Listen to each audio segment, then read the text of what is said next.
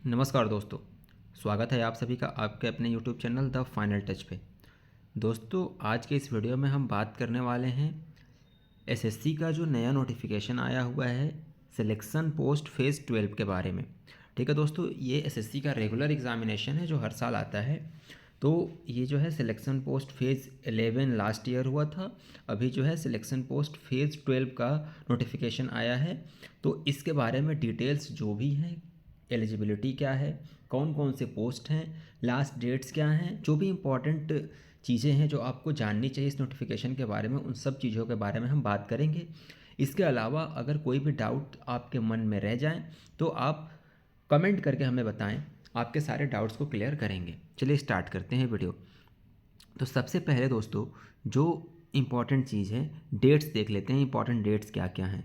तो फॉर्म भरने का जो स्टार्टिंग डेट है, date of submission of online application 26 फरवरी से लेकर के 18 मार्च तक। ठीक है, 26 फरवरी से 18 मार्च तक आप जो है फॉर्म भर सकते हैं। ठीक है दोस्तों, लास्ट डेट जो है, last date and time for receipt of online application 18 मार्च, जो कि मैंने आपको बता दिया था।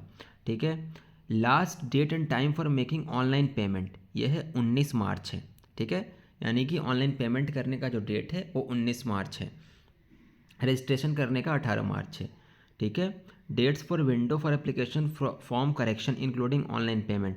तो एप्लीकेशन फॉर्म में अगर कुछ करेक्शन करना है तो आप 22 से लेकर के 24 तक कर सकते हैं, लेकिन मैं यही बोलूँगा कि आप इतना वेट ना करें और आप जब फॉर्म भरें पहली बार तो ही सावधानी से भरें, ताकि बाद में करेक्शन करने का कोई झंझट ही ना रहे। ठीक है, अगला बात यह है कि जो इसका कंप्यूटर बेस्ड एग्ज़ाम है, टेंटेटिव डेट है, ये एग्जैक्ट डेट नहीं है, ये आगे पीछे हो सकता है। ठीक है, तो 6 मई से लेकर के 8 मई के बीच इसका एग्ज़ाम होगा। ठीक है, तो ये आपका जो है इंपॉर्टेंट डेट्स हैं, आपको ध्यान रखना है कि 26 से 18 के बीच, 26 फरवरी से 18 फरवरी के बीच में आपको फॉर्म भरना है और एग्ज़ाम जो है 6 मई से 8 मई के बीच होगा। तो एग्ज़ाम बहुत जल्दी ही होने वाला है, तो कैसे आप एग्ज़ाम को प्रोसीड करें इसके बारे में हम डिटेल में बात करेंगे किसी अगले वीडियो में। ठीक है, तो उसमें हम स्ट्रेटजी के बारे में बात करेंगे कि स्ट्रेटजी क्या होनी चाहिए आपकी सिलेक्शन पोस्ट एग्ज़ाम को क्रैक करने के लिए। ठीक है, अभी के लिए जो भी चीज़ें आपको फॉर्म भरते टाइम ध्यान रखना है उसके बारे में हम बात करेंगे। ये डेट्स हो गए, तो आपके पास बहुत समय नहीं है, मार्च अप्रैल 2 महीने का टाइम है, इसी में आपको अपनी तैयारी को सुदृढ़ करना है। और दोस्तों, ये एग्ज़ाम आपके आगामी एसएससी सीजीएल सीएचएसएल एग्ज़ामिनेशन के लिए भी काफ़ी इम्पॉर्टेंट हो जाएगा, क्योंकि आपकी प्रैक्टिस हो जाएगी इस एग्ज़ाम में काफ़ी अच्छी। और दोस्तों, इस एग्ज़ाम में पोस्ट काफ़ी अच्छे होते हैं, काफ़ी अच्छे अच्छे पोस्ट होते हैं, और कंपटीशन जो होता है आपका सीजीएल के कंपैरेटिवली काफ़ी कम होता है इसमें। ठीक है, तो ये सब चीज़ें हैं दोस्तों। डेट्स हमने क्लियर कर लिया, देख लिया क्या क्या इंपॉर्टेंट्स हैं। उसके बाद जो भी रिलैक्सेशन वगैरह है वो आपको एज गवर्नमेंट रूल जो है मिलेगा, जैसे कि ओबीसी को 3 साल का रिलैक्सेशन जो मिलता है। और देखिए, आपका जो नेशनैलिटी होनी चाहिए, आपका सिटीजन ऑफ इंडिया और नेपाल, ये सब चीज़ें हैं जनरली सारे एप्लीकेशन में सेम होती हैं। और क्या इंपॉर्टेंट चीज़ है, एज लिमिट। ठीक है, डेट्स हमने देख लिया, अब एज लिमिट देख लेते हैं। तो 1/1/2024 को डेट जो है आपका एज काउंट किया जाएगा। ठीक है, 1/1/2024 को।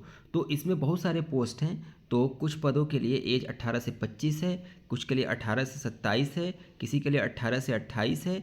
तो अगर 18 से 25 एज लिमिट मांगा है तो जो कैंडिडेट है उसका जन्म 2/1/1999 से लेकर के 1/1/2006 के बीच होना चाहिए। ठीक है, तो ये इंपॉर्टेंट डेट्स हैं, इनको आपको ध्यान रखना है। मैं इसको धीरे धीरे स्लाइड कर देता हूँ, आप स्क्रीनशॉट ले सकते हैं। ठीक है, तो इस तरीके से आप किस कैटेगरी में फॉर्म भरना चाह रहे हैं वह आप यहाँ से देख सकते हैं। ठीक है, 21 से 25 की कैटेगरी, 21 से 27 की कैटेगरी, 21 से 28 की कैटेगरी, जो भी कैटेगरी में आप फॉल करते हैं आप वहाँ से देख सकते हैं। यहाँ जो रिजर्वेशन आपको मिलेगा वो चार्ट दिया हुआ है।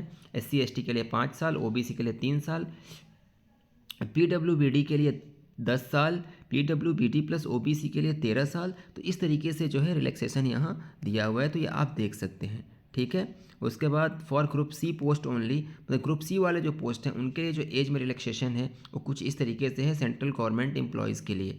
ठीक है, ये आप यहाँ से देख सकते हैं। ठीक है दोस्तों, बाकी वही आपका जो सिलेबस है, एसएससी सीजीएल का सिलेबस है, जीएस मैथ्स रीजनिंग और इंग्लिश रहेगा।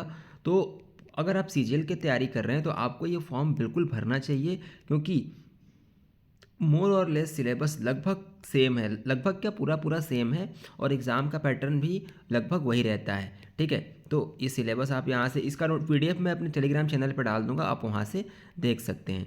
ठीक है दोस्तों, और सबसे अच्छी बात इस एग्ज़ाम की ये है कि आपका इसमें सिर्फ एक एग्ज़ामिनेशन होगा, उसके बाद किसी पोस्ट में आपका टाइपिंग वगैरह होगा, स्किल टेस्ट होगा, नहीं तो कोई मेंस वगैरह नहीं है, सिर्फ एक प्री एग्ज़ाम होगा, उसी के बेसिस पे आपका सिलेक्शन हो जाएगा। नीचे मैं आपको दिखाता हूँ कि कौन कौन से पोस्ट के लिए नोटिफिकेशन आया हुआ है। ठीक है, तो ये यहाँ से आपका जो है नोटिफिकेशन वाला मैं चार्ट निकालता हूँ, 1 मिनट वेट करिए। तो यहाँ से आपका ये आ गया, देखिए ये सारे पोस्ट हैं। ठीक है, तो इसका मैं पीडीएफ आपको टेलीग्राम चैनल पर शेयर कर दूंगा, आप वहाँ से उसको देख लीजिएगा। ठीक है, एलिजिबिलिटी जब आप फॉर्म भरेंगे उसमें ही आपको मिल जाएगी। काफ़ी लेवल 7 के, लेवल 5 के, लेवल 2, लेवल 3, लेवल 5, लेवल 8, हर तरीके के पोस्ट आपको इसमें मिलेंगे। तो आपको जो है अच्छे से तैयारी करनी है और अच्छे से पढ़ना है। ठीक है, काफ़ी अच्छे बहुत सारे पोस्ट होते हैं। ठीक है, आप डिफरेंट डिफरेंट रीजन से भर सकते हैं। एक चीज़ इंपॉर्टेंट ये है दोस्तों कि इसमें 3 कैटेगरी होता है, एक मैट्रिकुलेशन, एक 10+2 और एक ग्रेजुएशन और एबव। ठीक है, और एबव, तो इन तीनों के लिए एग्ज़ामिनेशन जो होते हैं वो अलग अलग होते हैं।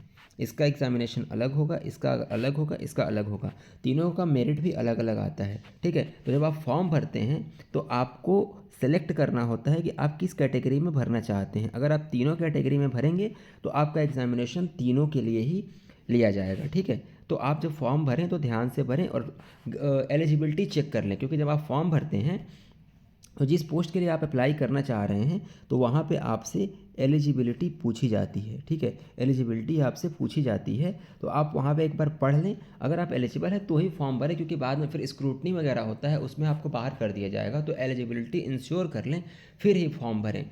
और दोस्तों काफ़ी अच्छा मौका है, इसमें कंपटीशन बहुत ही कम होता है, तो इस फॉर्म को मैं रिकमेंड करूँगा कि आप ज़रूर से ज़रूर भरें।